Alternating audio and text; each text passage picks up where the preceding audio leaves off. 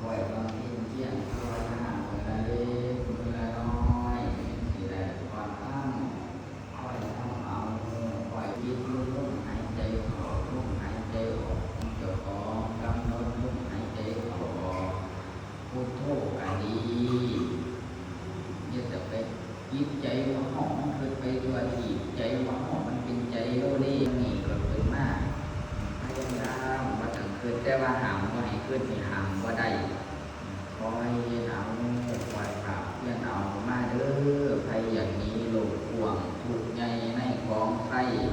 อย่าไปตามตัณหาหมู่กรรมมาค้นหามาทำวิปัสสนาให้เห็นโง่อีกเร็วๆอย่าพี่น้องมันสิสายเจ้าคำท่าให้เจ้าว่างขันหาอุปมาให้เจ้านายเขาของไรแล้วหล่นตกหอยละมิงไรบ่เห็นเอาไปได้ตายไปกะเทียบเปล่าผู้เจ้าเกิดเบิ่งให้มันคักให้ประจักษ์ให้ใจให้หำฮอดดูบางสิ่งนี้สิ่งหยังเจ้าว่าศรัทธาเอ้ยสิ่งปลาหรือสิ่งใหม่สิ่งไหนงานหยังคำว่าสิ่งนี้สิ่งดีสิ่งประเสริฐสิ่งกับโอกาสสิ่งขาดมากสิ่งท่านสิ่งใหม่สิ่งยังไม่อยู่ความสัวสิ่งตัวสิ่งหนึ่งสิ่งโลกสิ่งหยาบสิ่งตะบะขอหายเย็นในห่างเวทสิ่งความเห็นต้องตามข้อประจำตาม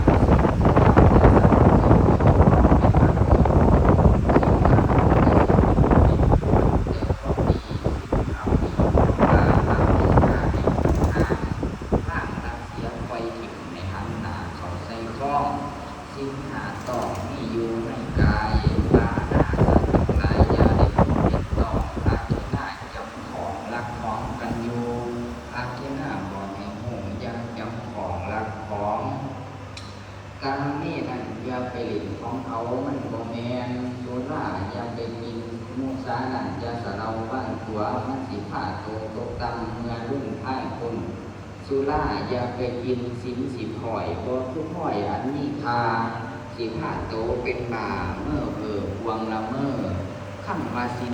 นี้เปรียบดังน้ำว่าดีอันใสซองให้ได้หมดสงเหลวน้ำละหอยละอ้อยตาผู้สลาดเขาตั้งกายเป็นนุ่งยังสิปีนบางขึ้นมุ่งมีบางบดเป็นสีเมืองเพดานแผ่นทองมุ่งไว้